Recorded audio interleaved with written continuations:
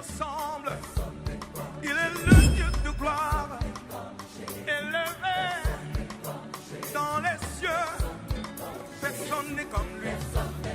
Personne n'est comme lui. Personne n'est comme lui. Personne n'est comme lui. Personne n'est comme lui. Personne n'est comme lui. Personne n'est comme lui. Voici, il vient. Au son de la trompette, chevauchant les nuées, brillant comme le soleil. Élève la voix, comme c'est le jubilé. Radio mon Sion, dansez. Voici, il vient. Tu règnes à jamais. Tu règnes à jamais. Tu règnes à jamais. Tu règnes à jamais. Tu es acclamé à jamais. Tu es acclamé à jamais. Tu es honoré à jamais. Tu es adoré à jamais. Tu es célébré à jamais. Tu es loué à jamais. Tu es élevé à jamais. Tu gouvernes à jamais. Tu gouvernes à jamais. Oui, tu règnes à jamais. Tu domines à jamais. Ton règne est éternel. Tu demeures pour l'éternité. Tu ne descends jamais de ton trône. Tu demeures élevé. Tu demeures couronné. Tu demeures glorifié. Tu demeures honoré. Les anges t'adorent. Les 24 vieillards, les 4 êtres vivants se prosternent devant toi. Les vieillards jettent leur couronne.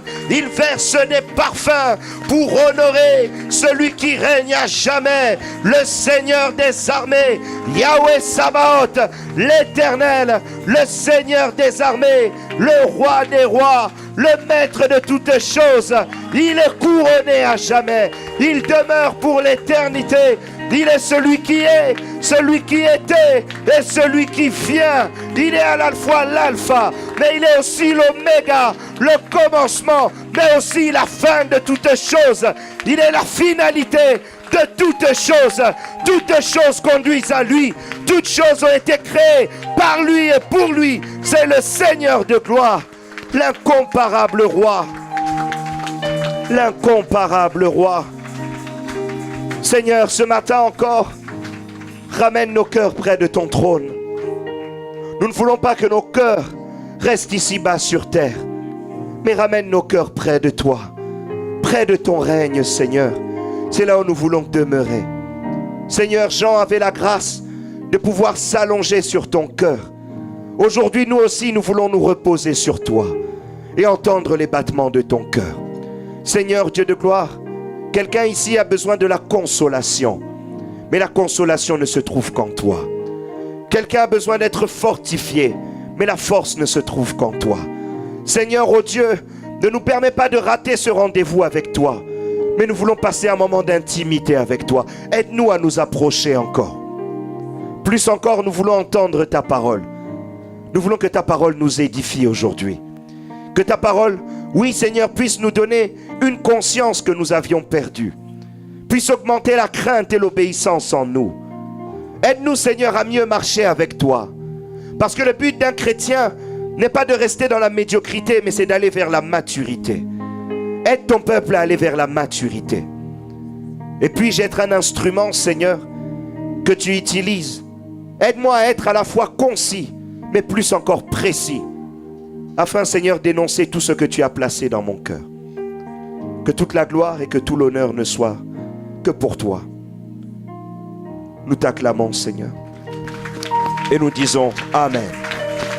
Amen. Amen. Tu vas saluer tous ceux qui sont tout autour de toi. Dire un mot d'encouragement. Demander est-ce que ça va. Dire même est-ce que Dieu te bénisse, que le Seigneur te garde. Fais du bien à quelqu'un, dis du bien. Une parole agréable. Peut-être que cette semaine, cette personne n'en a pas entendu, mais elle en a besoin. Encourage quelqu'un. Nous avons tous besoin d'encouragement. Amen. C'est ça la maison de Dieu. Les sourires, la joie.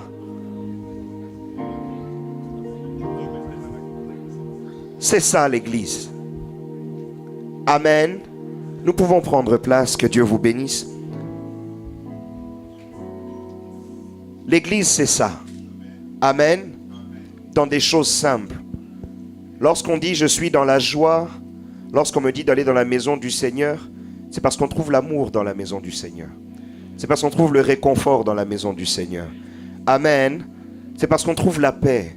On ne vient pas à l'église pour des problèmes. On vient à l'église pour être consolé. Amen. Mais ma consolation à l'église, c'est toi. Amen. Ma consolation à l'église, c'est toi. Dis à celui qui est à tes côtés, tu es ma consolation. Tu es ma consolation. Amen. Ma semaine a peut-être été difficile, mais lorsque je vois le sourire de l'ancien Bonnie, ça fait du bien. Amen. C'est ça l'église de Dieu.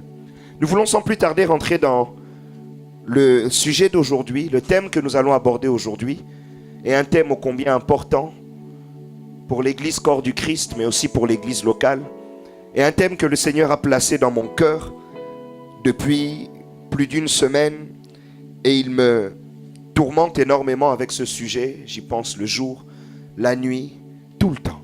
Amen. Et le thème, c'est l'esprit de rébellion, origine, développement et conséquences. Amen. L'esprit de rébellion, origine, développement et conséquences. Cet enseignement sera développé en 6 points. Si je peux vous donner le canevas ou le sommaire de cet enseignement, le premier point sera l'introduction où nous évoquerons la raison d'être et les objectifs de ce message. Le deuxième point sera la définition de la rébellion. On parle souvent de l'esprit de rébellion, mais on ne sait pas ce que c'est, généralement. Le troisième point, ce sera de définir les origines de la rébellion. Le quatrième point, le développement de la rébellion.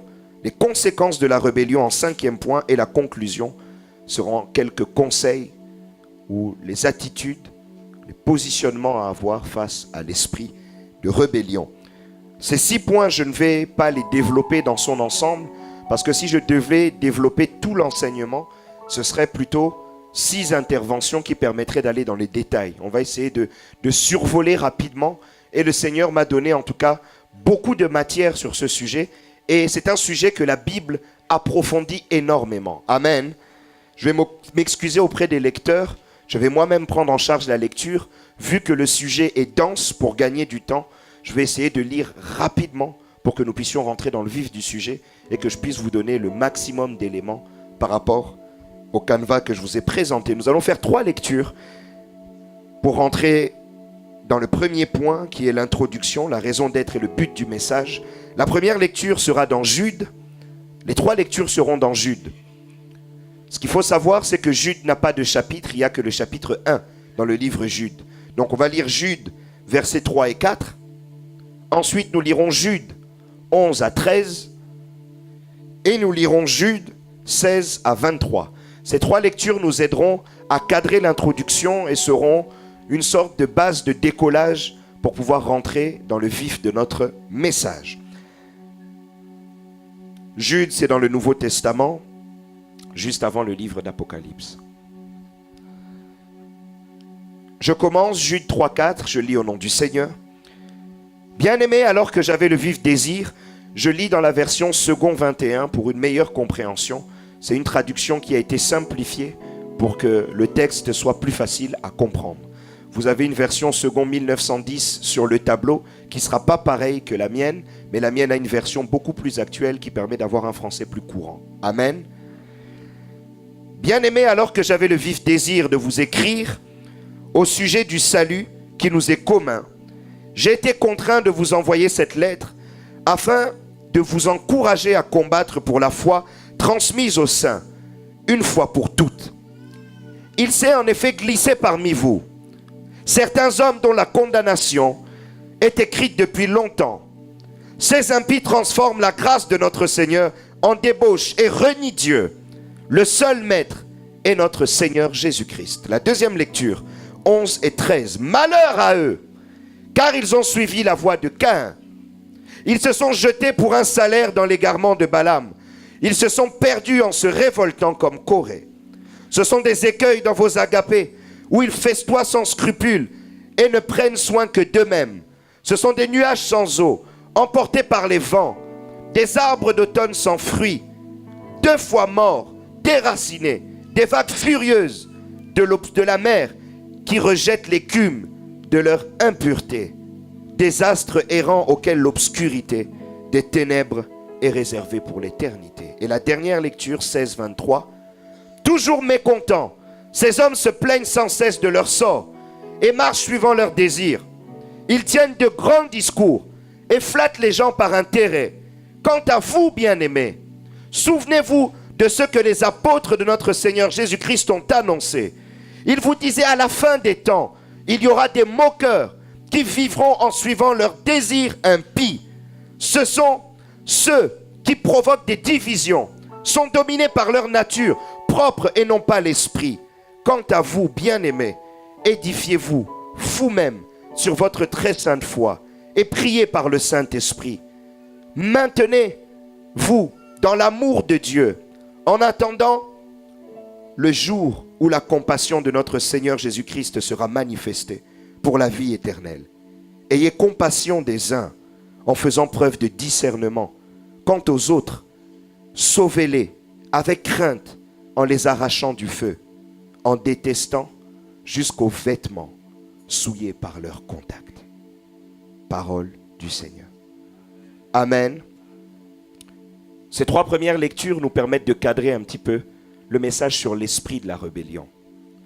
Jude faisait partie des disciples qui ont rejoint les apôtres après. Il n'était pas parmi les 12 apôtres, mais il a rejoint les disciples ensuite. C'était l'un des frères de Jésus. Amen. L'un des fils de Joseph et Marie. Et lorsqu'il a écrit cette épître, Jude voulait bien parler de bénédiction. Il dit, je voulais vous parler d'autre chose. Je voulais vous parler de la grâce de Dieu. Mais j'étais obligé de venir vous alerter. Parce que des hommes dont la condamnation avait déjà été prononcée se sont infiltrés parmi vous. Amen. Et un petit peu comme Jude ce matin, je voulais vous parler de bénédiction. Je voulais bien vous dire, Dieu bénit, Dieu ouvre des portes. Je voulais bien vous faire sauter et que vous criez des amen dans la salle. Mais comme Jude, je ne peux pas. Parce que le Saint-Esprit me tourmente. Parce que l'esprit de rébellion s'est immiscé parmi nous. Amen. Jude, ce qu'il dénonce dans ce qu'il écrit, 80% de son épître dénonce la rébellion. Amen. Il voulait parler de la bénédiction, mais finalement il n'a écrit que quasiment sur la rébellion. Un seul chapitre. Mais dont 70 à 80% du chapitre ne parle que d'un seul sujet. D'hommes qui se sont rebellés contre Dieu, mais qui se sont rebellés aussi dans l'Église. Amen. Tout un livre, tout un épître dans la Bible consacré à ce même sujet. Parce que le Saint-Esprit l'a interpellé. Et laissez-moi vous dire que de la même raison, le Saint-Esprit m'a interpellé. J'étais tranquille, je méditais sur d'autres choses. On avait prié un jour ici avec Pasteur Didier. Dieu m'a donné pendant une seule prière 4 messages. Amen.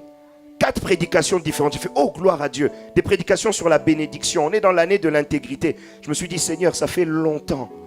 J'en ai assez de prêcher sur l'intégrité. Amen. J'avais envie aussi d'apporter un message d'encouragement, comme ce que je fais à Val d'Europe. Mais lorsque j'arrive à Alfortville, quelques jours après, le Seigneur me remet ce thème-là dans mon cœur. Et c'est ce thème-là qui ne me lâchait pas. Amen. Je voulais dire autre chose, mais je ne peux pas dire autre chose. Parce que le Seigneur ne me laisse pas la possibilité de prêcher autre chose. Amen. Et les buts de ce message, la raison d'être, c'est que l'esprit de rébellion est entré dans l'église. À la fois l'église locale, mais aussi l'église corps du Christ. La rébellion est vue comme une chose anodine ou comme une chose normale. On est bien aujourd'hui et on devient rebelle pour un oui, pour un non, sans se rendre compte que c'est une chose profondément dangereuse et qui a des conséquences. La rébellion gangrène la société à tous les niveaux. Elle gangrène la société au niveau de l'État, Beaucoup de pays sont décimés à cause de la rébellion. On entend un pays qui est en paix, un groupe rebelle se lève et se met à tourmenter la paix de tout le monde. La rébellion tourmente les familles. Lorsque vous avez un enfant rebelle, comment trouver la paix? Lorsqu'un enfant n'écoute plus, lorsqu'à 1h du matin ou 2h du matin, vous ne savez pas où est votre enfant. Comment vivre d'une manière équilibrée lorsqu'un enfant vous répond dès lors que vous voulez lui parler, qu'il vous injurie? La rébellion est rentrée dans la famille. Et que dire de l'Église? Aujourd'hui, nous fêtons nos 4 ans de consécration. Personne ne nous a souhaité joyeux anniversaire au passage. Le 21 septembre, 4 ans. Ministère pastoral. Joyeux anniversaire, pasteur Didier. Joyeux anniversaire, évangéliste Anto. Joyeux anniversaire à nos anciens et à nos diacres. Est-ce qu'on peut acclamer? 4 ans quand même. Amen. C'est l'occasion de remercier l'homme de Dieu pour sa confiance, mais remercier aussi le peuple de Dieu pour votre soutien. Parce que 4 ans, c'est pas beaucoup, mais c'est pas rien non plus. Consacré à 8 dans le ministère, nous sommes restés 3 ou 4. Amen. La rébellion dans l'église. N'ayons pas peur des mots. On a été consacré à 8. Où sont les autres? Certains vont dire, pasteur Christian a parlé, c'est la vérité. Le Seigneur me fait lever sur cette chair pour dire la vérité. Consacré à 8. Nous sommes restés combien? La rébellion. Ne me regardez pas comme ça, quand je monte sur la chair, c'est plus moi, je suis une tête brûlée. Si je dois dire, je dis. Même si ça vous déplaît, je dis. C'est l'esprit de rébellion qui est rentré où? Dans l'église.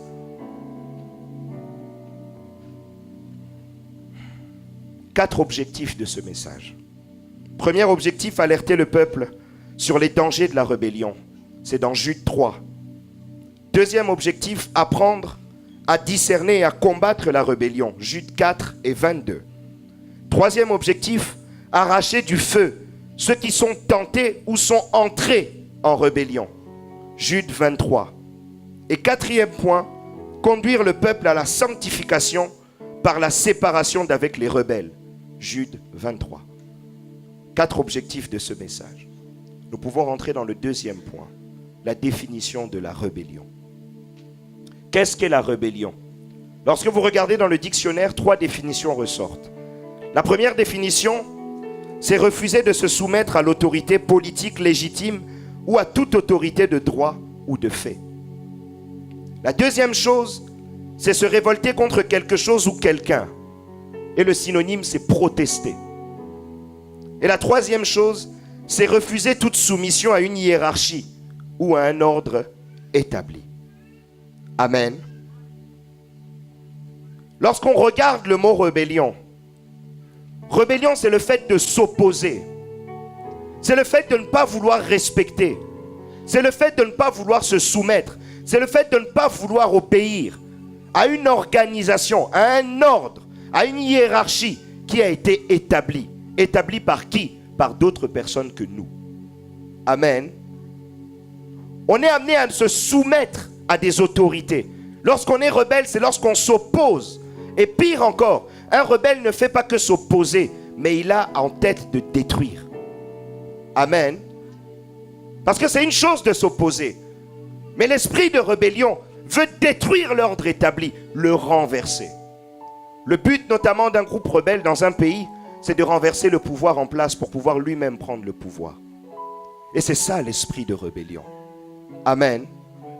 La rébellion, c'est vouloir complètement annihiler ce face à quoi on devait être soumis. C'est vouloir le laisser par terre et complètement l'écraser. Dans la définition de la rébellion, la première chose à dire, c'est qu'il n'y a pas de rébellion sans autorité. Je vous ai parlé en introduction de 3 dimensions d'autorité. La famille, l'État et l'Église. Et lorsque vous lisez dans Romains 13:1, il est dit que toute personne soit soumise aux autorités supérieures, car il n'y a point d'autorité qui ne vienne de Dieu. Et les autorités qui existent ont été instituées de Dieu. Dieu a institué des autorités. Dites avec moi autorité. On est tous soumis à des autorités. Quand on parle de liberté, c'est faux. Personne n'est un électron libre dans le monde que Dieu a créé. Il y a des autorités face auxquelles on doit se soumettre. Et il y a 3 autorités. Il y a l'autorité de la famille, il y a l'autorité religieuse et il y a l'autorité de l'État.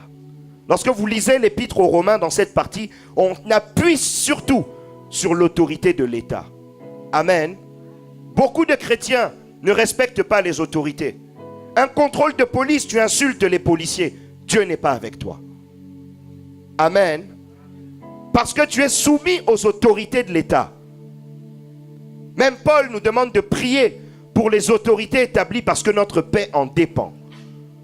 Notre paix en dépend. Parce que si l'autorité veut te retirer la paix, il a l'autorité pour le faire. Parce que c'est Dieu qui lui a donné cette autorité. J'ai été surpris lorsqu'on parle de l'autorité familiale.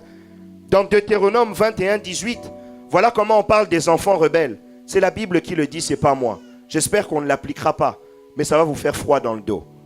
Si un homme a un fils indocile et rebelle, n'écoutant ni la voix de son père, ni la voix de sa mère, et ne leur obéissant pas, même après qu'ils l'ont châtié, le père et la mère le prendront et le mèneront vers les anciens de sa ville.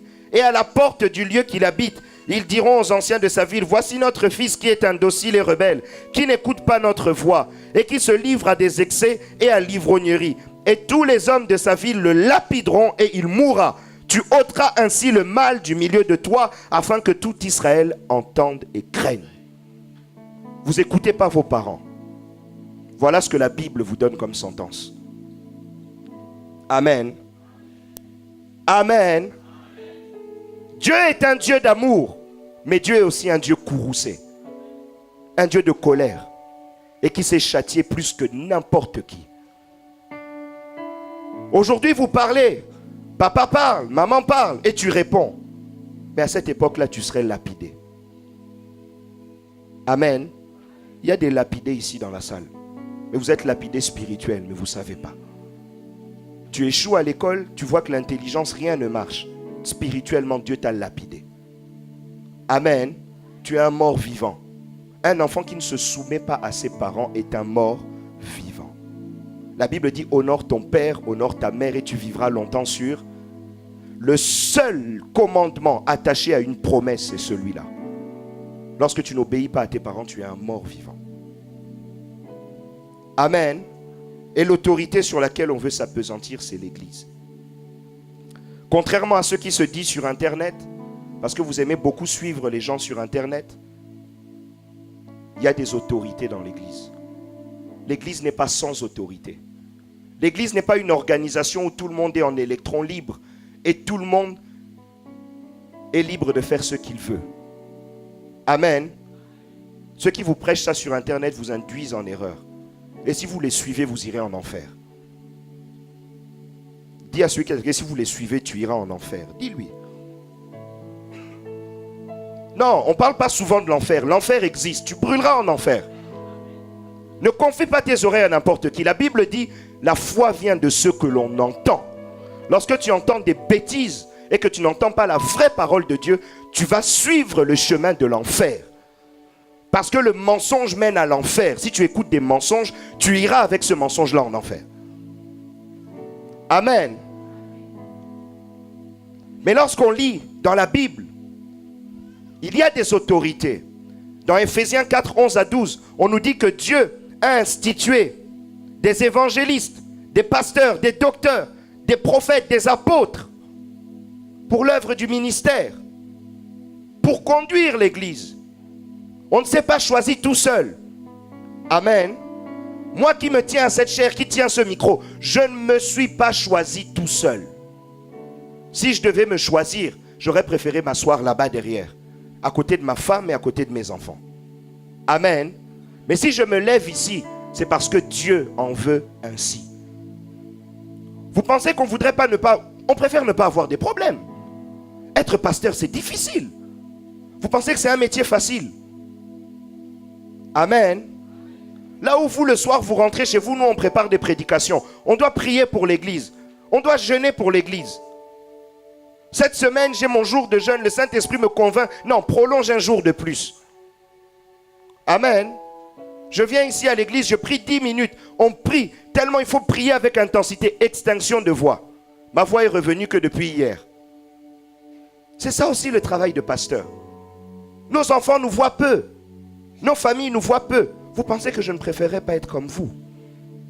Vous pensez que Bishop ne préférait pas être comme vous? Pasteur Didier, vous pensez qu'il préférait pas être comme vous? Quand on dit Amen, Amen, sa voiture, il part avec ses enfants. Mais c'est un travail. Mais c'est Dieu qui le veut. C'est Dieu qui nous a établis.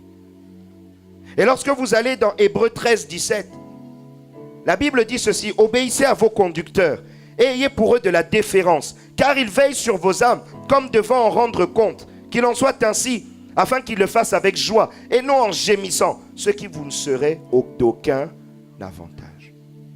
Facilitez-nous la tâche.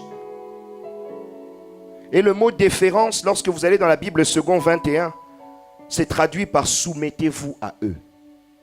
La déférence, c'est une soumission. Beaucoup de gens prêchent sur Internet que lorsqu'on vient à l'église, le Saint-Esprit c'est pour tout le monde, l'onction c'est pour tout le monde peut faire ce qu'il veut. Bien aimé, on vous ment. Voilà ce que la Bible dit. C'est moi qui l'ai écrit. C'est moi ou pas? Est-ce que c'est moi? On parle de qui? Des conducteurs.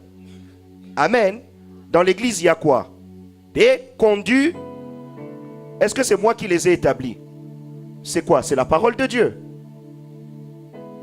Et on nous demande quoi? Obéissez et soumettez-vous. Mais bien aimé, est-ce que nous, vous croyez que ça nous amuse de diriger ou quoi? Non. Mais c'est la Bible qui veut ça. C'est pour qu'il y ait de l'ordre. Amen. Dieu établit du leadership, non pas pour qu'on domine sur les gens et qu'on embête, mais c'est pour organiser la vie de l'assemblée. Parce que l'église, ce n'est pas l'anarchie. Dieu est un Dieu d'ordre.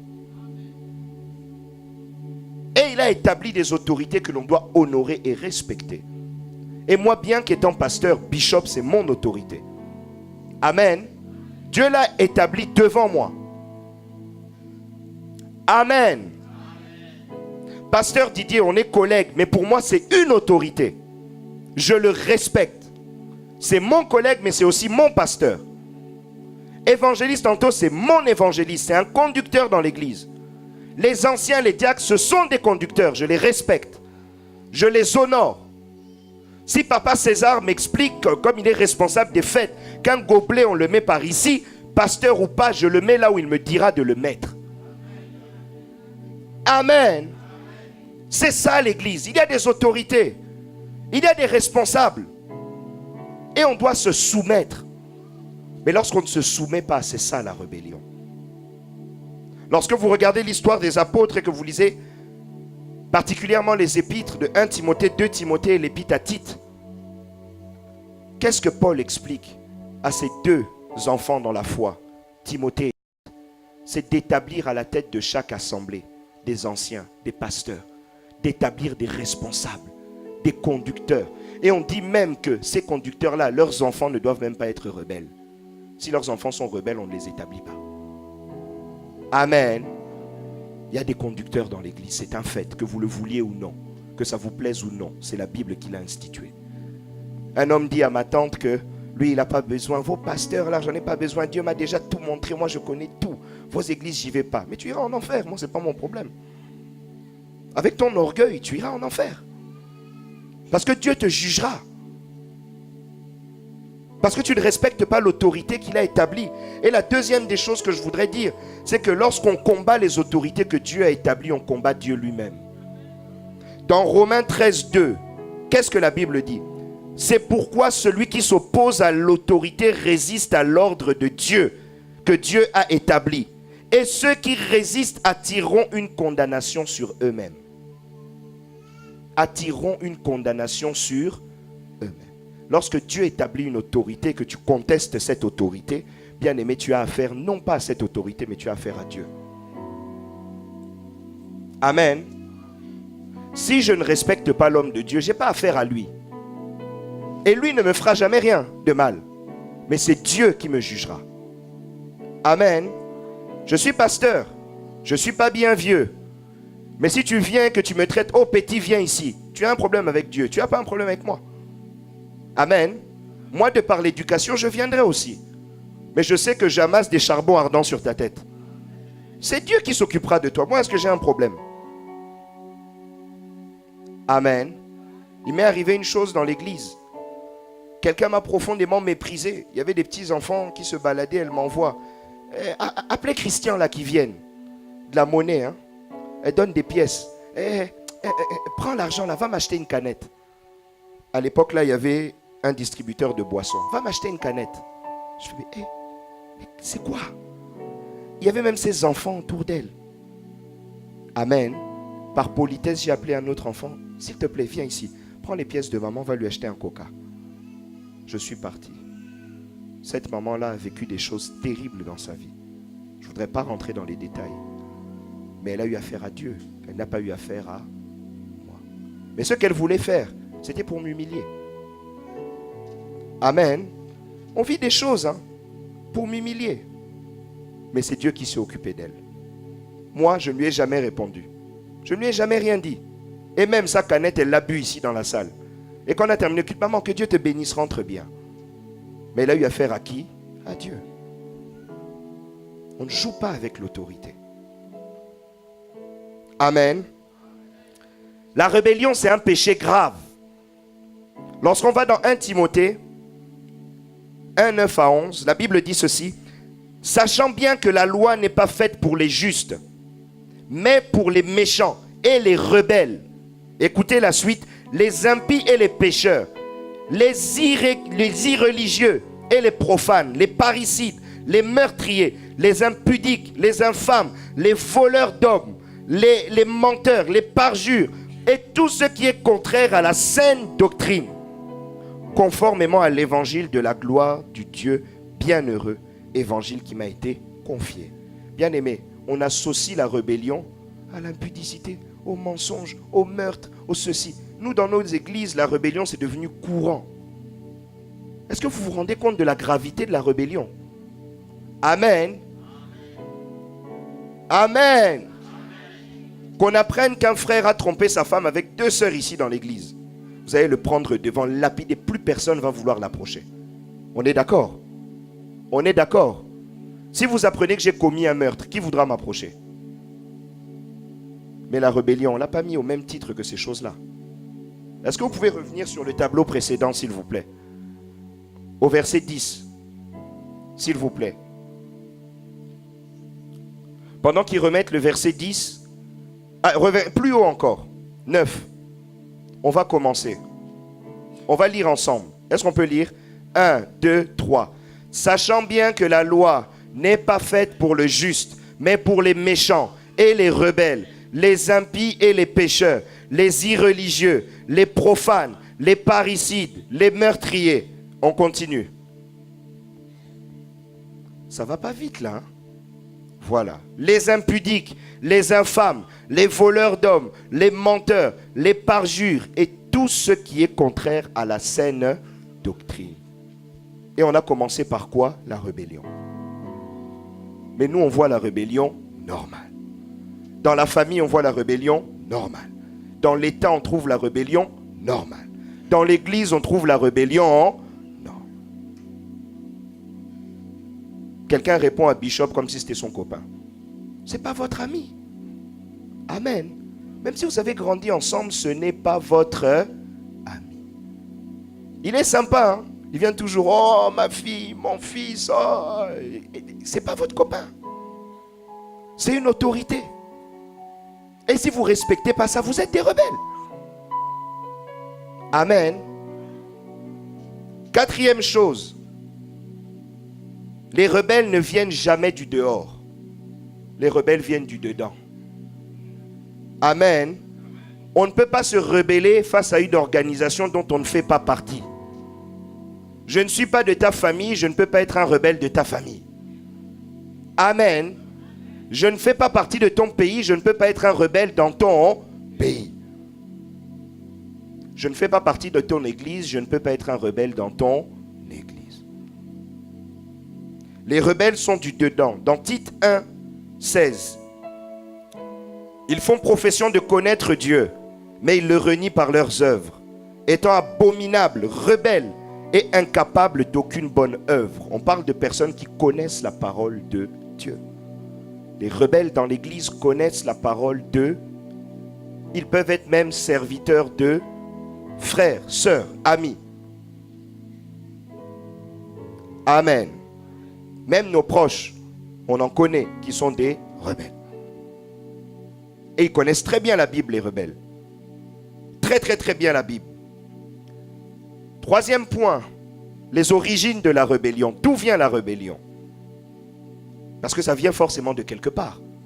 Cette histoire a commencé quelque part. Amen. Il y a un instigateur de l'esprit de rébellion. Il y a une source.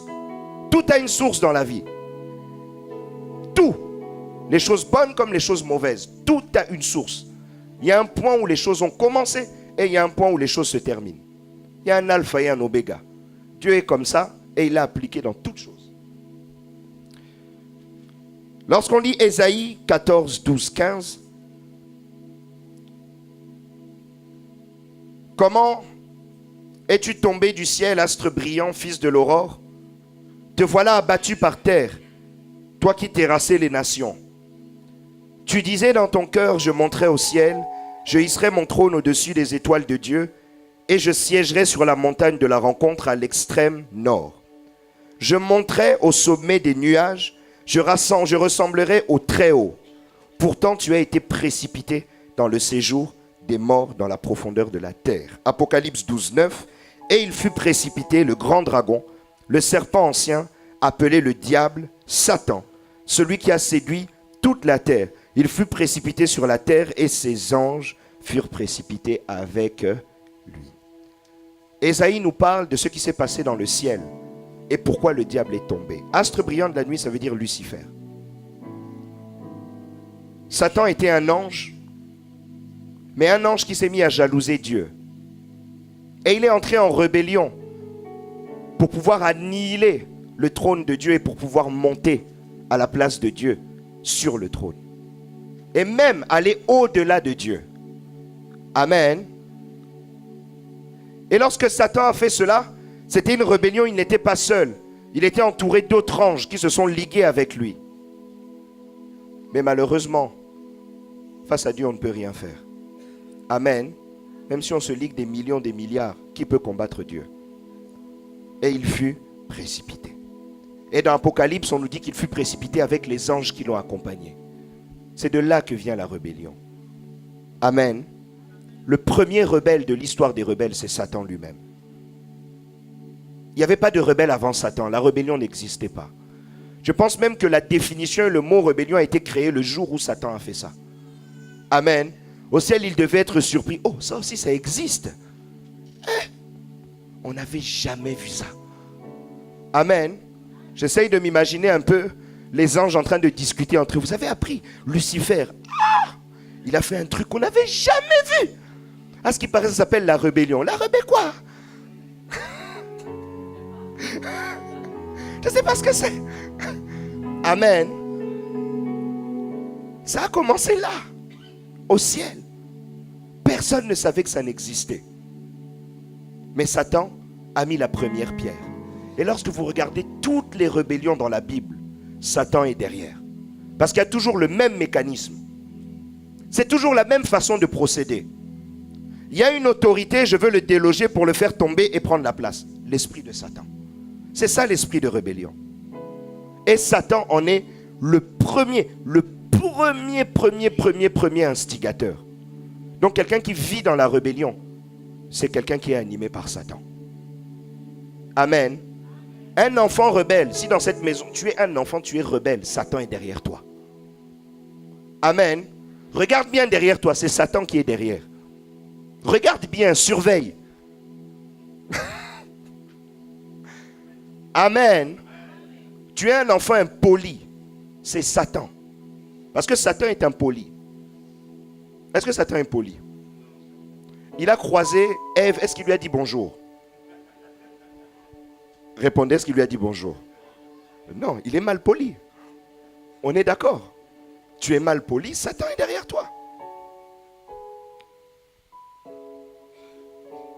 Quatrième point.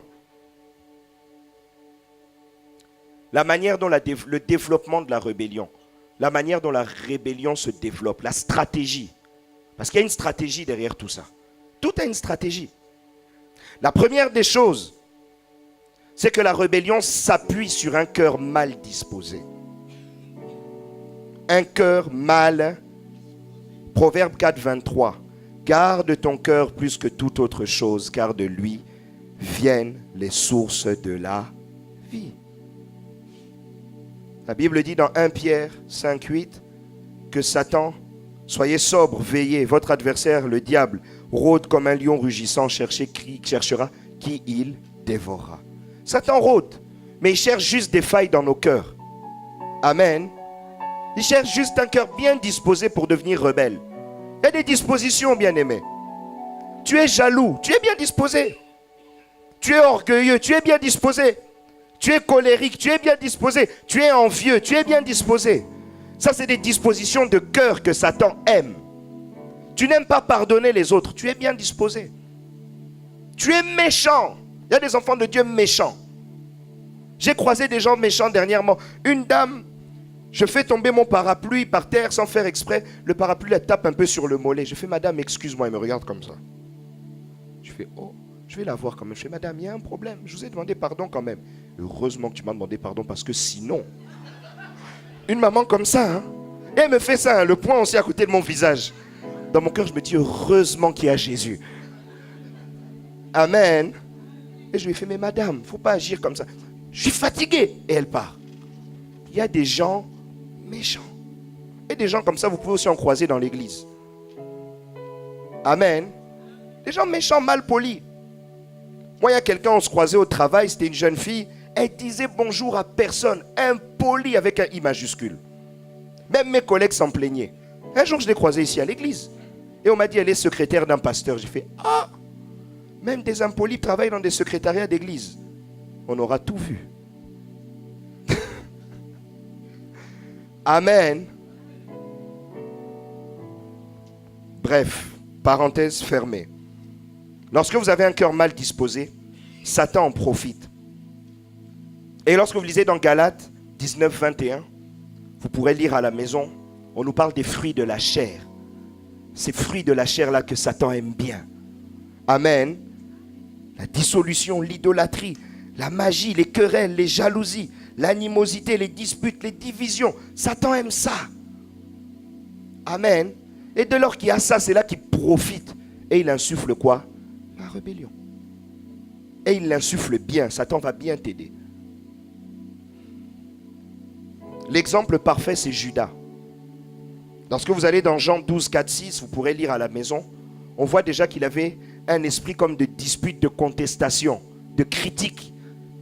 Une femme verse du parfum sur Jésus et il se met à s'énerver. Pourquoi vous avez laissé le parfum mettre sur les pieds? On pouvait le vendre pour donner l'argent à des pauvres. Mais on nous dit à la fin que c'était un voleur. Il ne disait pas ça pour les pauvres parce qu'il volait l'argent de Jésus. L'argent qu'il devait gérer pour la mission. Amen. Il était à la fois jaloux, envieux, méchant et voleur. Qu'est-ce que Satan a fait? Il est rentré dans son cœur. Lorsque vous allez dans Luc 23, 22, 3 à 4, on nous dit que Satan entra dans le cœur de Judas Iscariote. Amen. On ne dit même pas Satan parla ou Satan l'aida, mais Satan entra. Dis à celui qui ne laisse pas entrer Satan. Dis à celui qui ne laisse pas entrer Satan. Ne laisse pas entrer Satan. Hein? Amen. Lorsque je suis jaloux de toi, je laisse entrer Satan. Lorsque je suis mauvais, méchant avec toi, je laisse entrer Satan. Et Satan va bien m'aider. Amen. Ne sois pas comme Judas. Mais qu'est-ce que Judas a fait après? Il a trahi. Parce que Satan est entré. Si on marche ensemble et que tu laisses entrer Satan, tu me trahiras.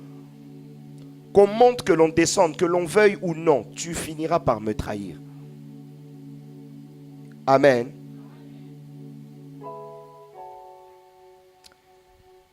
Deuxième point de la stratégie,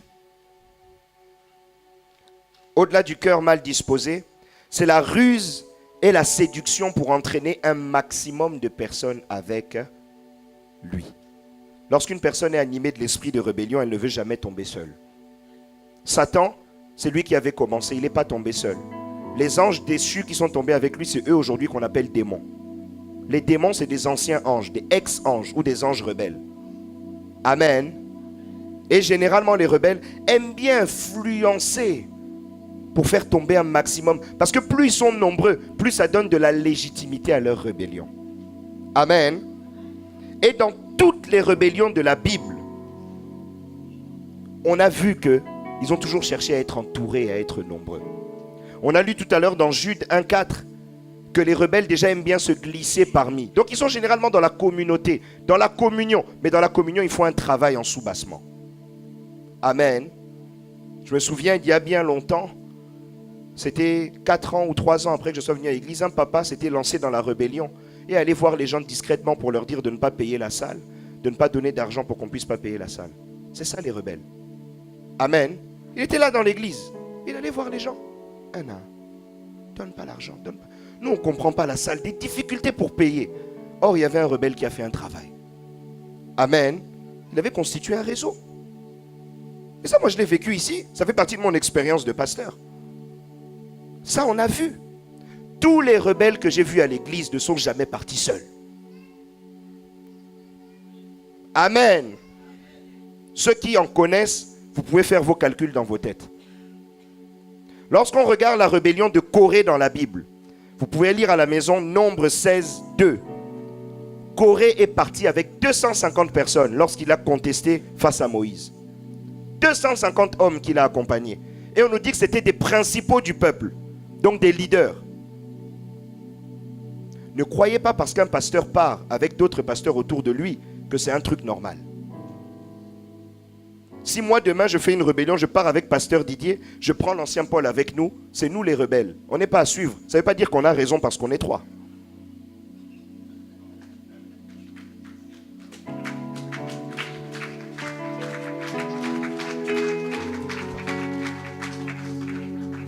Absalom, le fils de David qui s'est rebellé face à David, ils étaient 250.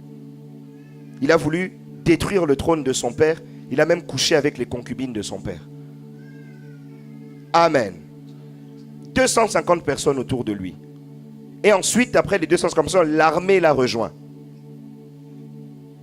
Et pire encore, l'ami proche, le conseiller de David, Achitophel, un homme dont on dit que les conseils étaient équivalents à un ainsi dit l'Éternel, à la parole de Dieu.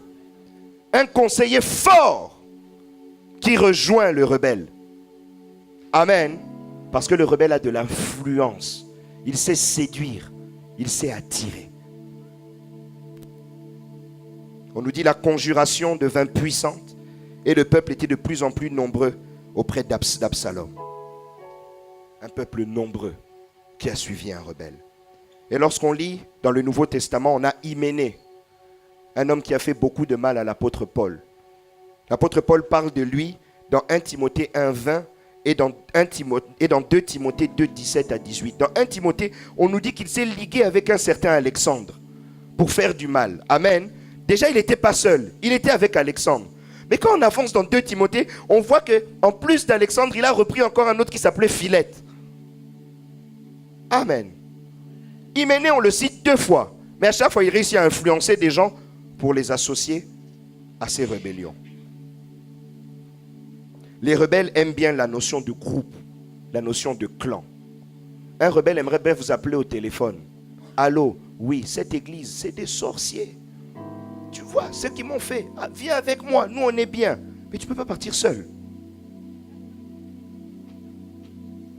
Amen. Quand tu es venu, est-ce qu'on est venu ensemble? Pourquoi tu veux partir avec moi? Mais alors, Papa Félix, on est venu ensemble à l'église. Mais si je t'appelle Papa Félix, j'aime bien parler de Papa Félix quand je suis à la chair. Hein, Papa Félix? Si je t'appelle, si Papa Félix, viens, on part ensemble. Mais ne pars pas. Reste.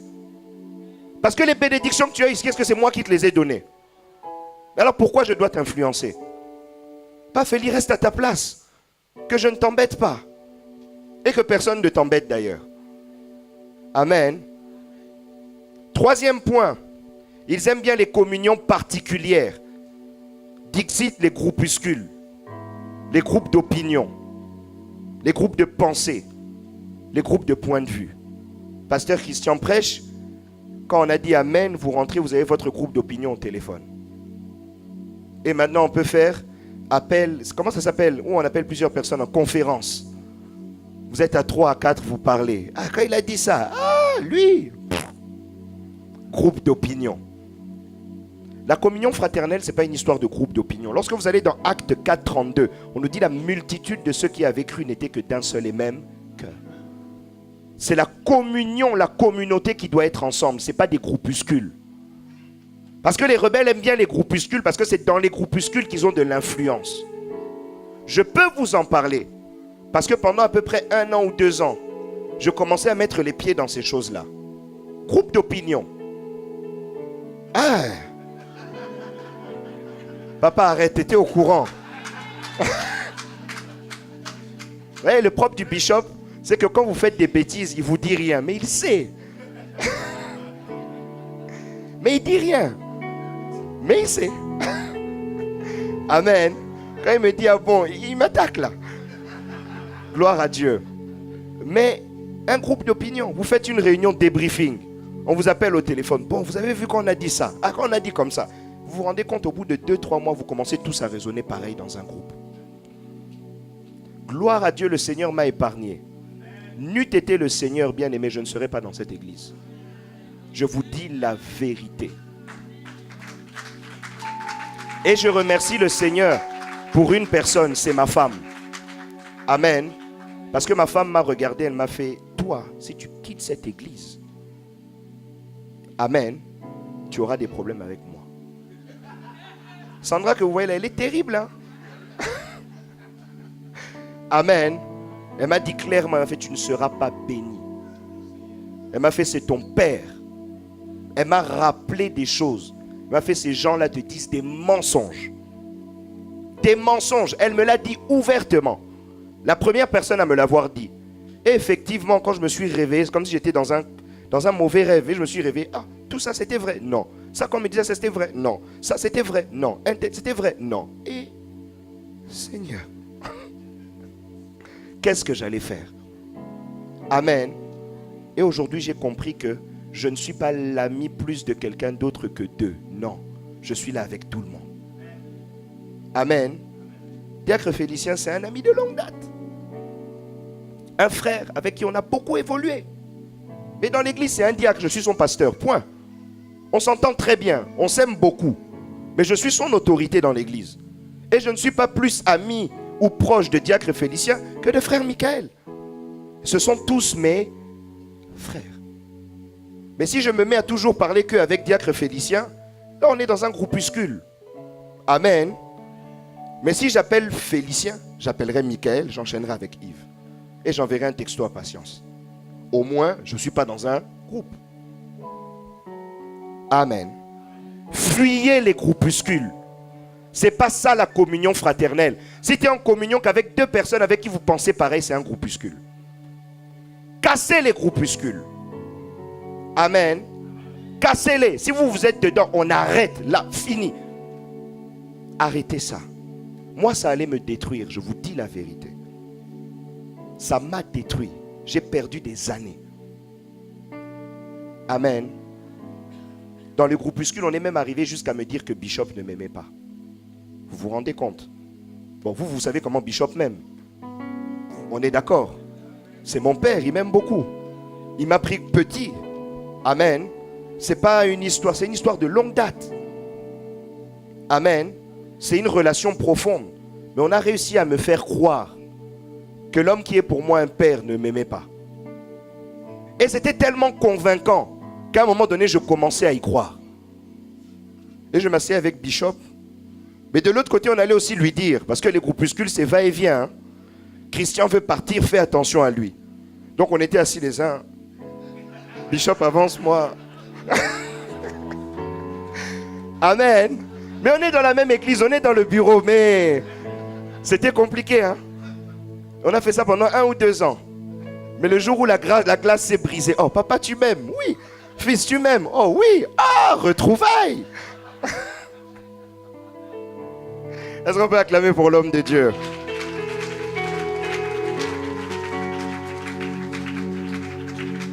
Amen. Cinquième point, les conséquences de la rébellion. Il y a toujours des conséquences. La Bible dit qu'on ne se moque pas de Dieu, ce qu'un homme aura semé, il le moissonnera. Amen. Lorsqu'on sème la rébellion, on moissonne toujours quelque chose. Ça peut marcher 1 an, 2 ans, 5 ans, 10 ans, ça finit toujours mal. Toujours mal. On a été dans une église, il y avait 2-3 pasteurs qui avaient été rebelles. Ils ont vécu des choses terribles, les amis, terribles. On était là, ils pleuraient comme des enfants. Moi, j'ai vu ça. C'est pas qu'on m'a raconté. Ils vous disent, moi, ma maison a brûlé. Moi, j'ai perdu un enfant.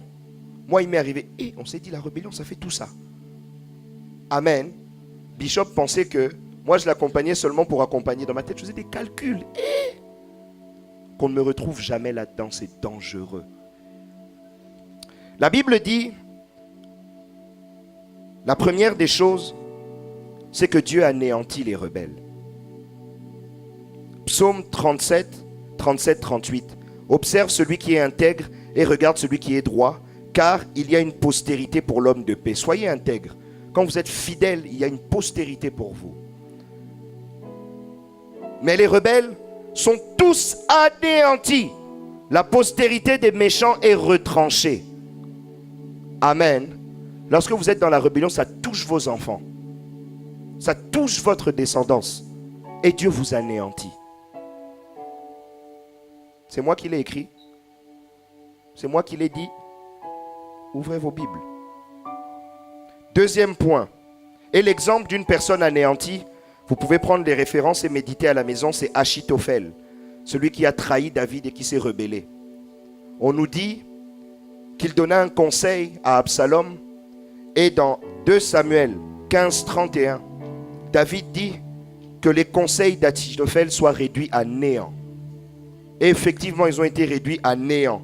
Et dans 2 Samuel 17, 23, on nous dit que comme il vit que ses conseils ont été anéantis, il se suicida. Parce que Dieu a anéanti son œuvre. Amen. Deuxième point, les rebelles tombent dans la ruine.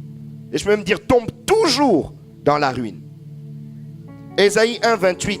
Mais la ruine atteindra tous les rebelles et les pécheurs. Et ceux qui abandonnent l'Éternel périront. Je vous ai dit, celui qui ne respecte pas l'autorité que Dieu a établie a un problème avec Dieu. Il est rebelle contre Dieu. Amen. Et la Bible dit qu'il tombe dans la ruine. Et l'exemple, c'est Absalom, le fils de David. Dans 2 Samuel 18, 15, 18, on nous parle de la mort d'Absalom. Lorsque vous remontez un petit peu plus haut, on nous dit que son cou fut accroché à un arbre pendant qu'il essayait de fuir. Et qu'ensuite des hommes l'ont encerclé, qu'ils l'ont tabassé et l'ont tué. Et non seulement ils l'ont tué, ils l'ont enterré et ils ont mis une grosse pierre par-dessus son sépulcre. Et on nous dit, ce grand Absalom est mort, lui qui avait construit des statues, une statue à son effigie, etc. Un homme qui était dans la gloire, dans l'opulence, est mort comme un animal. La ruine. Troisième point, les rebelles sont frappés de feu. Hébreux 10, 27, mais une attente terrible, dites avec moi terrible, du jugement et de l'ardeur d'un feu qui dévorera les rebelles. Quand on parle de feu, on parle de l'enfer, mais on parle aussi d'un feu qui consume tous ceux qu'un rebelle possède. Exemple, c'est Corée et ses compagnons. Vous pouvez prendre Nombre 16, 31, 35. Vous méditerez à la maison. On nous dit que Corée, et j'aime beaucoup la phrase de Moïse, et c'est pour ça que je dis que Bishop est gentil. Bishop est très gentil. Moïse dit, si cet homme Corée meurt normalement, entre guillemets, je résume, c'est que tu n'es pas Dieu. Il faut vraiment que la terre s'ouvre et qu'il descende vivant dans le séjour des morts. C'est Moïse qui l'a dit. C'est pas Dieu, hein? C'est Moïse. Et qu'est-ce qui est arrivé? La terre aussi s'ouvre et engloutit Moïse, comme en Corée, Dathan et Abiram, qui rentrent vivants. C'est Moïse qui a dit ça. Quand un homme de Dieu prononce une malédiction parce que vous lui avez fait du mal, attention.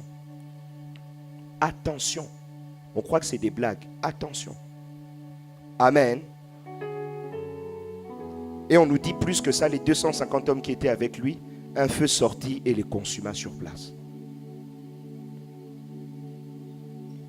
Quatrième point, le malheur. C'est l'avant-dernier point. Frappe les rebelles. Ésaïe 30, verset 1. La Bible dit quelque part que le malheur atteint souvent le juste, mais l'Éternel l'en délivre toujours. Mais lorsque le malheur atteint le rebelle, l'Éternel l'en délivre pas. Il est dit malheur, dit l'Éternel, aux enfants rebelles, qui prennent des résolutions sans moi et qui font des alliances sans ma volonté pour accumuler péché sur péché. L'exemple, c'est Moïse et Aaron. Vous allez me dire, vous êtes étonnés, pourquoi Moïse et Aaron? Moïse et Aaron étaient rebelles. Dieu leur a demandé de parler à un rocher pour que l'eau jaillisse et eux, ils ont frappé le rocher. Dieu leur a reproché cette rébellion dans Nombre 27, 12 à 4. Et il leur a dit à eux deux que parce qu'ils sont rebelles, ils regarderont la terre promise de loin. Moïse l'a regardé, Aaron l'a même pas regardé. Aaron a été enterré avant. Il n'a même pas vu. Amen, parce que lui, il a été rebelle 2 fois. Et Moïse a eu la grâce de voir de loin. Tu as travaillé pour quelque chose. Amen. Tu as souffert pour ça. Tu arrives au pied. Dieu te dit, regarde de loin, toi tu vas mourir. Quel malheur. Amen. Entre parenthèses, on a des serviteurs de Dieu ici qui ont travaillé dur. J'en suis témoin. Qui ont fait des sacrifices. On les a fait ensemble. Amen. Pour travailler autour de l'homme de Dieu et pour voir le lieu où on est ici. Je m'en souviens d'un qui m'a regardé, qui m'a dit, on doit payer cette salle-là. Bon, toi Christian, tu donneras 1000 euros. Mais j'ai rien dit, tu donneras 1000 euros. Oh. Et j'ai donné les 1000 euros. Amen. Mais cet homme-là aujourd'hui, est-ce qu'il peut manger les fruits? Un homme qui est parti sans même dire au revoir. Est-ce qu'il mangera les fruits des choses qu'il a semées? Est-ce qu'il peut les récolter? Amen. Il regardera de loin, mais n'en mangera rien. C'est un malheur ou c'est pas un malheur? C'est un malheur. Moi, ça me fait mal. Pendant que je vous parle, j'ai envie même de pleurer. Tu as fait des sacrifices, tu t'es battu. Mais à cause de la rébellion, tu ne manges pas les fruits de ton travail. Quelle tristesse. Quel malheur. Quel malheur. Moi, des aînés dans la foi que je respecte, que j'ai respectés, se sont comportés comme des hommes qui ne paraissent même pas connaître la Bible. Quel malheur. Amen. Vous avez travaillé pour être estimé, pour être respecté. Mais ce respect, vous l'avez jeté à la poubelle. 5e point, la mort frappe les rebelles. Ésaïe 66, 24. Et quand on sortira, on verra les cadavres des hommes qui se sont rebellés contre moi. Car leurs vers ne mourront point, et leur feu ne s'éteindra point, et ils seront pour toute chair un objet d'horreur. Dieu fait des exemples, et ça se termine souvent par la mort. La rébellion, ce n'est pas une blague. Et lorsque l'exemple parfait, c'est Judas. Matthieu 27, 5.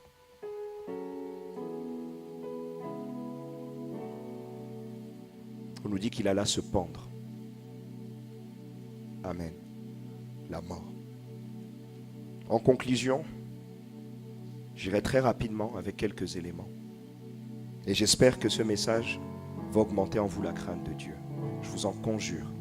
Je vous en supplie. Je vous en supplie. On ne se moque pas de Dieu. C'est vraiment, je vous en supplie. La première des choses, c'est un conseil pour ceux qui sont tentés par la rébellion ou qui sont dans la rébellion.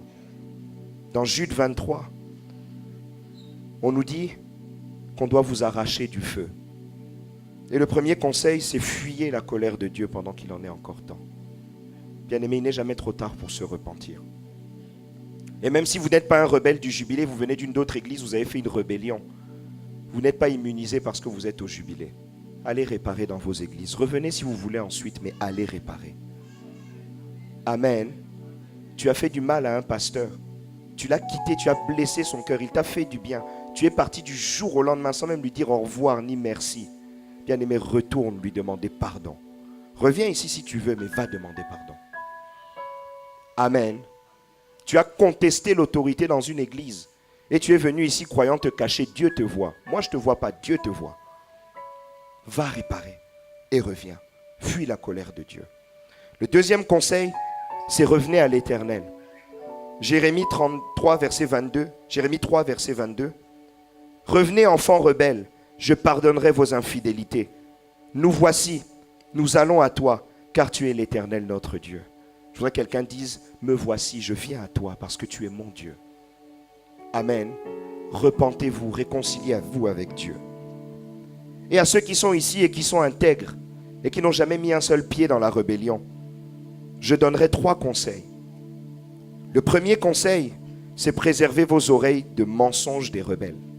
La Bible dit la foi vient de ce qu'on entend. Éphésiens 5, 6, 7 dit ceci, que personne ne vous séduise par de vains discours, car c'est à cause de ces choses que la colère de Dieu vient sur les fils de la rébellion. N'ayez donc aucune part avec eux. Vous savez que quelqu'un est rebelle, pourquoi vous le laissez vous appeler? Pourquoi vous voulez savoir ce qu'un rebelle a dans sa tête? Qu'est-ce que vous allez gagner si ce n'est de la séduction? Amen. Vous voyez tous les gens qui sont rebelles, même dans cette assemblée, c'est des gens que je connais depuis plus de 10 ans. Demandez-moi qui j'ai appelé. Personne. Pour demander pourquoi, je vois qu'il y a la rébellion, je fuis. Amen. Qu'est-ce que ça va m'apporter? Dites-moi, qu'est-ce que je vais gagner? Qu'est-ce que je vais gagner? Vous pensez que quelqu'un qui est depuis 20 ans dans la foi, qui connaît la Bible même peut-être plus que moi, qu'est-ce que je vais lui apprendre? Il n'a pas écouté le Saint-Esprit, il n'a pas écouté Dieu, il n'a pas écouté la parole de Dieu, il va m'écouter moi. Amen. Il y a des gens qui sont morts en voulant être des héros. Tu n'as pas de formation de pompier, tu veux sortir des gens du feu. Arrête, tu vas mourir.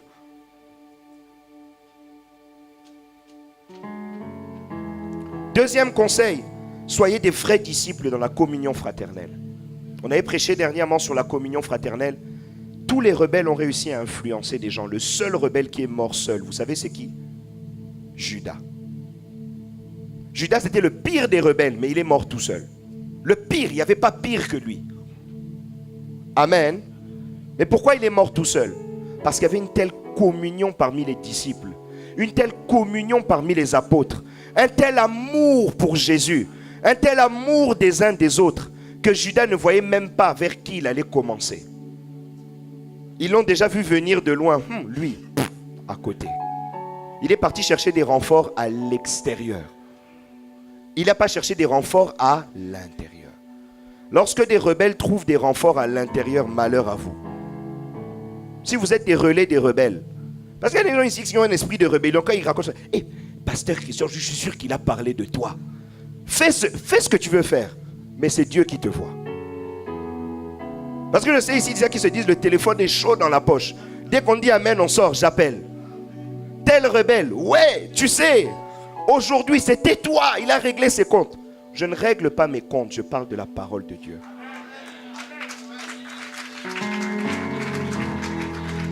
Je n'ai aucun compte à régler avec ces gens-là parce qu'ils ne m'ont rien fait. Mais j'alerte le peuple de Dieu.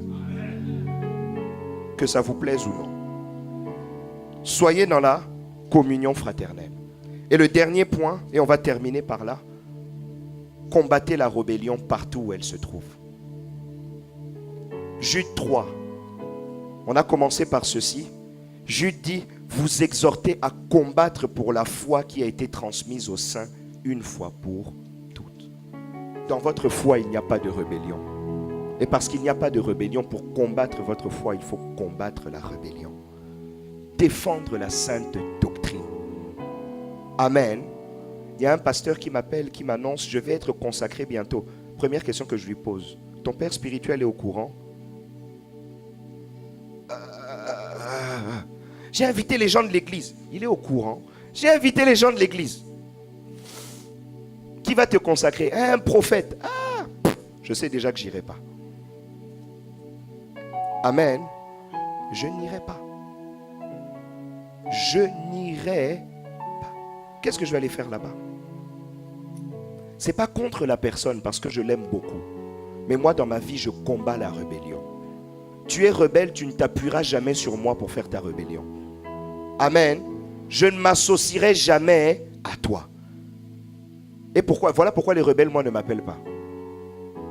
Mon téléphone n'a jamais sonné. Vous pouvez demander à ma femme. Je ne vois même pas par où ils vont commencer. Amen. Suivez ces conseils. Vous vivrez et vous serez bénis. Que l'Éternel vous bénisse.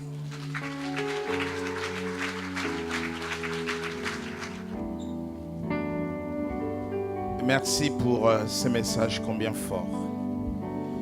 Je pense que ce message pourra être transmis à toutes les églises par ma voix et évangéliste, sois béni. Par ma voix, parce que c'est un message qui va aider l'église corps de Christ.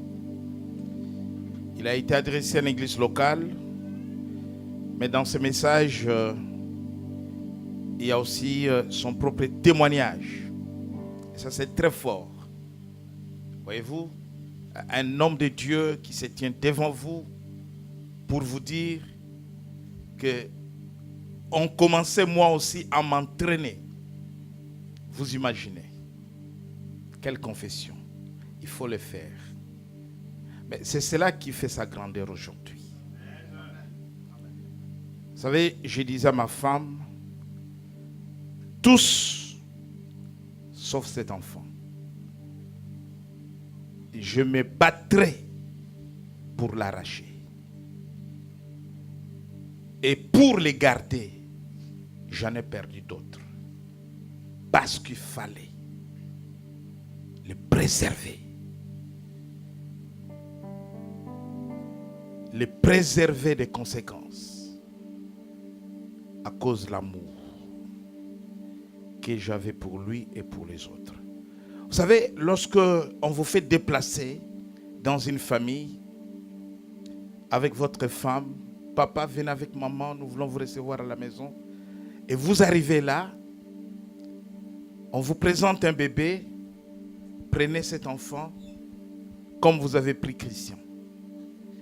Et qu'on lui dise que ton père ne t'aime pas. Vous voyez la douleur qu'il va ressentir. La blessure qu'il va avoir dans son cœur. Et toi, tu continues à l'aimer. Tu le regardes comme fils sans savoir que l'enfant souffre. Vous savez, il y a des personnes qu'on ne peut pas vous arracher dans la vie, qui vous sont chères. Et je bénis le Seigneur pour ce message, mais surtout pour son courage. Dire des choses pas faciles à dire. Parler de son propre expérience. Vous savez, la Bible dit qu'on ne peut donner que ce qu'on a. Moi, je pense que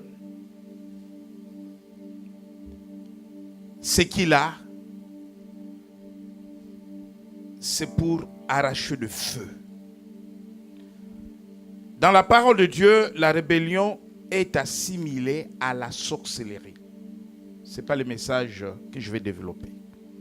Sachez-le seulement que la rébellion et la sorcellerie dans la parole de Dieu, c'est une même chose.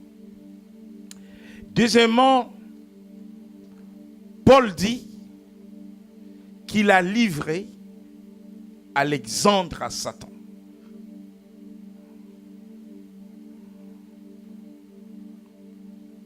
À cause de la rébellion. Livrer à Satan, c'est perdre toute protection de Dieu. C'est Paul qui le dit. La première église réveille en RDC a eu pour pratique, et jusqu'à aujourd'hui, à livrer les rebelles à Satan. Et beaucoup contestaient cela, mais c'est une pratique biblique. L'église nous a malam. Toute l'église se lève, toute l'église lève les mains. Nous allons livrer tel frère à Satan, telle sœur à Satan. Mais c'est biblique.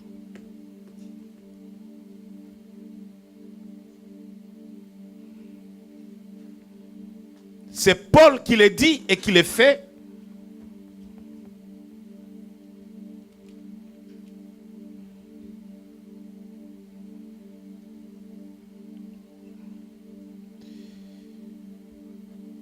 Dans 1 Timothée.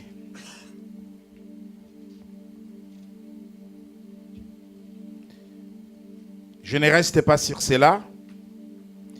Je ne le fais pas parce que j'ai l'amour pour laisser le temps à qui que ce soit de se repentir, de revenir à Dieu, de revenir à l'église, de demander pardon.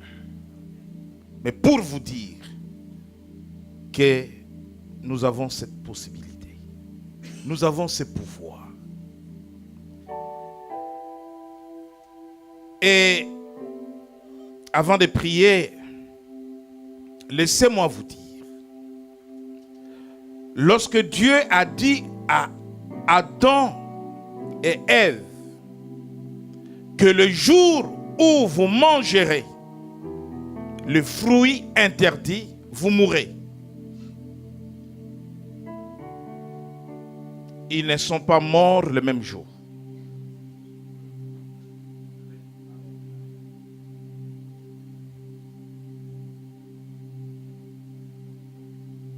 Et c'est pour cela que celui qui s'élève contre l'Église, qui s'élève contre l'autorité établie, étant livré à la mort, il continuera à servir. Il peut bâtir une église. Il peut prêcher à gauche, à droite. Mais il porte la mort. Parce qu'Adam et Ève ne sont pas morts le jour où ils ont mangé le fruit. Mais ils ont porté la mort.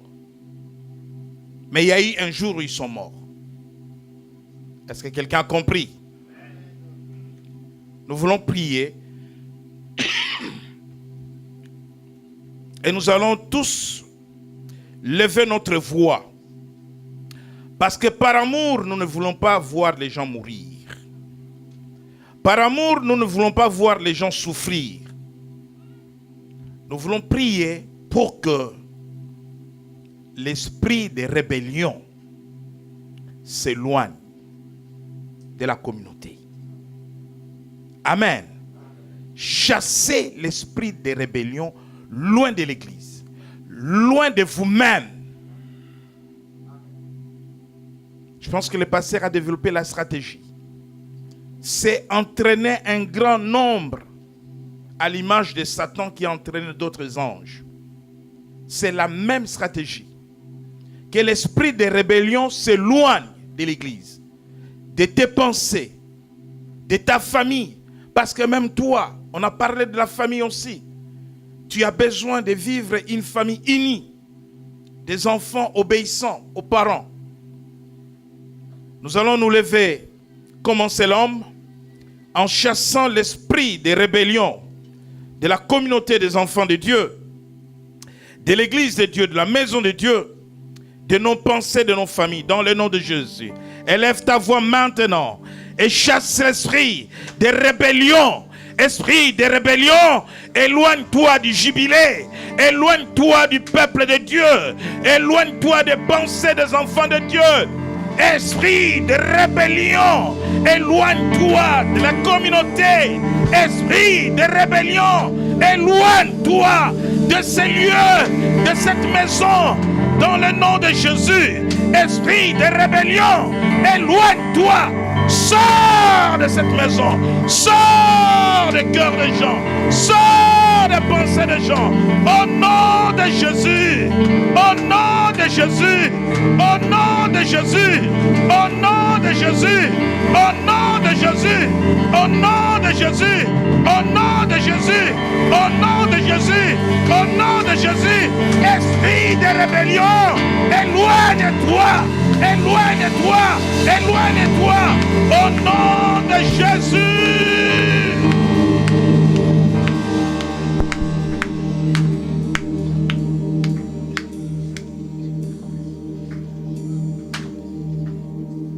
Maintenant, nous allons prier pour l'esprit d'unité, l'esprit de la communion, pour que nous demeurions ensemble, unis dans l'amour, dans la communion fraternelle, comme dans la première église. Nous allons prier pour que vienne maintenant l'esprit de la communion. Prions le Seigneur. Notre Dieu, nous amenons au milieu de nous l'esprit de la communion fraternelle. Nous amenons au milieu de nous l'esprit de la fraternité, l'esprit de l'unité, l'union parmi tes enfants, oh Dieu. Nous voulons être ensemble, nous voulons marcher ensemble dans l'amour, dans l'unité. Oh Seigneur, notre Dieu, nous bénissons ce temps et ce moment que tu nous as donné, oh notre Dieu, pour revivre. Alléluia, notre Dieu, notre roi. Alléluia.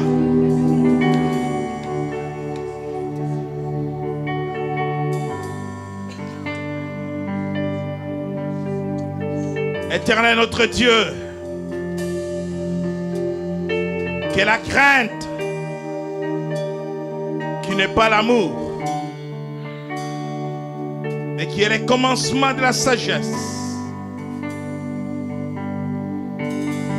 l'esprit de la crainte de l'Éternel au milieu de ton peuple,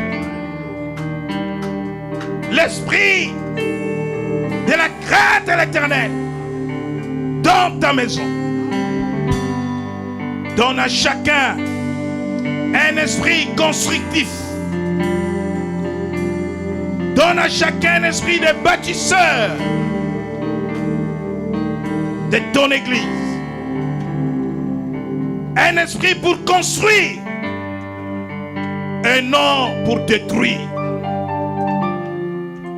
Un esprit pour unir et non pour diviser. Que ce qui divise s'éloigne dans nos pensées. Que l'esprit de destruction, qui est l'esprit de Satan, qui est l'esprit de la sorcellerie, s'éloigne de pensées de peuple du jubilé.